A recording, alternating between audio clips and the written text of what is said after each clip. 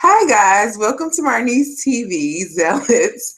I'm Denise and my partner in crime is Mary. Mary, say hi. Hi, we are here to talk about hair. I'm so excited because both Denise and I have hair, and you like hair as well. Subscribe to our channel, give us a thumbs up. We're going to be trying some different things before we go back to recapping TV shows. We're going to do Still Star Cross coming up soon. Okay. Like we have hair. You know. Yeah, we do. Okay. So we just wanted to talk about a couple of things. One being our hair journey and what kind of drove us or pushed us towards wanting this. Now, I have always been an advocate of natural hair, even when I was relaxed. I did not want my nieces or my daughter. Well, I didn't have a daughter then, but I didn't want my nieces or sisters or any of them to get relaxers. So I would braid their hair. And this is actually how I kind of started learning how to do hair, was practicing on them and just, trying to make sure their parents didn't go to the creamy crack. So, and then when I had my daughter 11 years ago, I never put any chemicals or anything on her hair.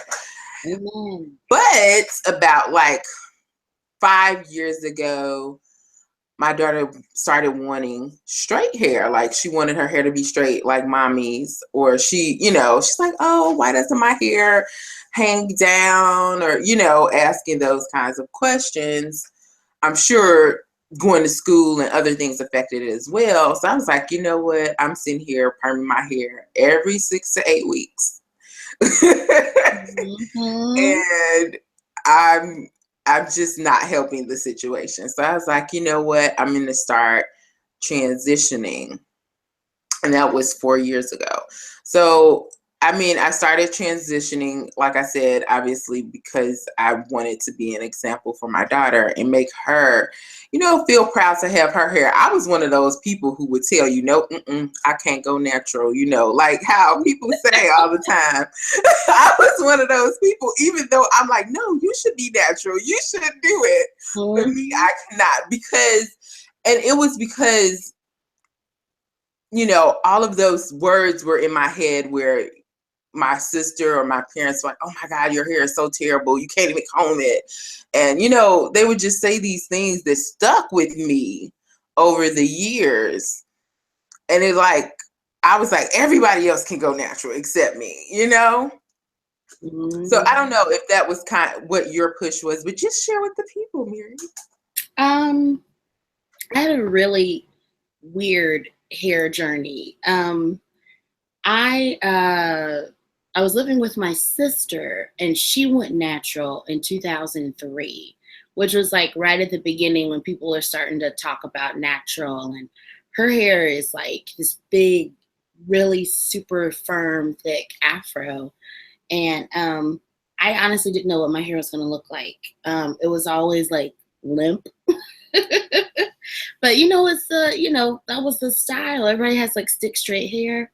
And so I would perm it religiously. Like I didn't know what my hair was gonna look like. And I feel like I have a lot of insecurity being overweight, and I'm like, oh my God, if I like my big fat head with like this little piece of hair, like until I met someone who was like, well, you could just transition your hair and like be careful with it and grow it out for a year or more before you chop off the relaxer.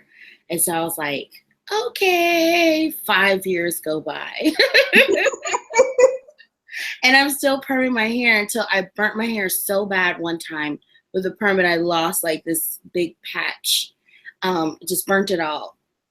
And so I was like, well, I guess this is the time. So I transitioned for about 18 months before I cut my hair.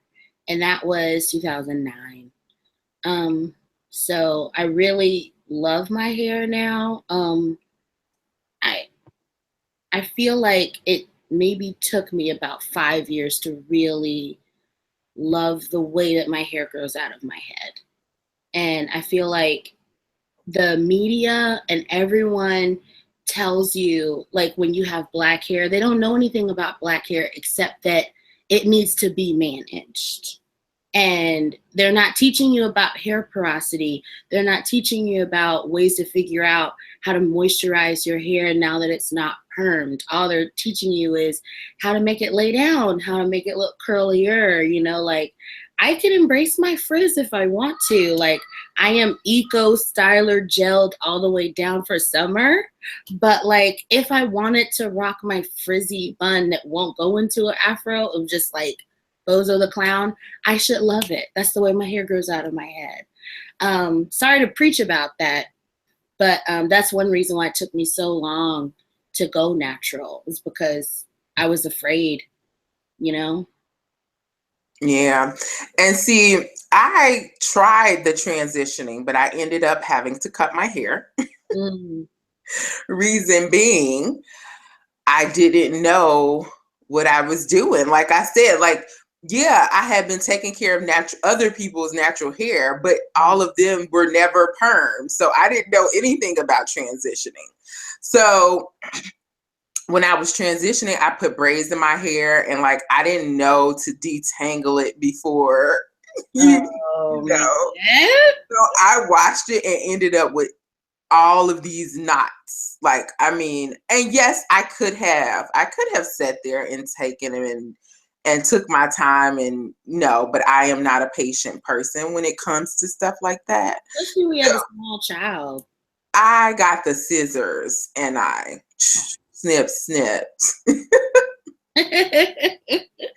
Yeah, I had about this much. I wasn't that bald. I had about, like, I want to say like 3 inches of hair left. Because I had transitioned, my hair kind of grows a bit fast. So I was only transitioning for a few months, but I had like 3-4 inches of hair. So I just started doing wash and goes. Actually, I put braids in because I didn't know what the heck had happened in my life.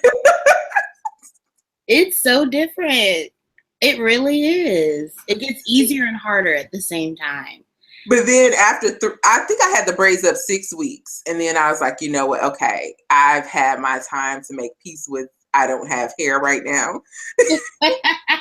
So now, then I started with the wash and goes and the twist outs and trying different styles and learning what works and what didn't work for me. But the rest of it, I would not change it for the world. But I would say one of the huge downfalls of having natural hair is waiting. I got 2 years into going natural and I was about to start over and perm my hair. Like I was so tired. There is a wall that you have to break through. Especially if you've gone through your whole life subscribing to that European standard of beauty and your hair is not going to look like it does. Like even on Black models, like there's something you have to get through in order to reach your true self and to say, I appreciate the way that my hair grows out of my head. And here I am, 8 years later, just now getting to the point where I like it. So I say patience is a virtue, and that's probably the hardest part of having natural hair, but you can make it. I believe in you.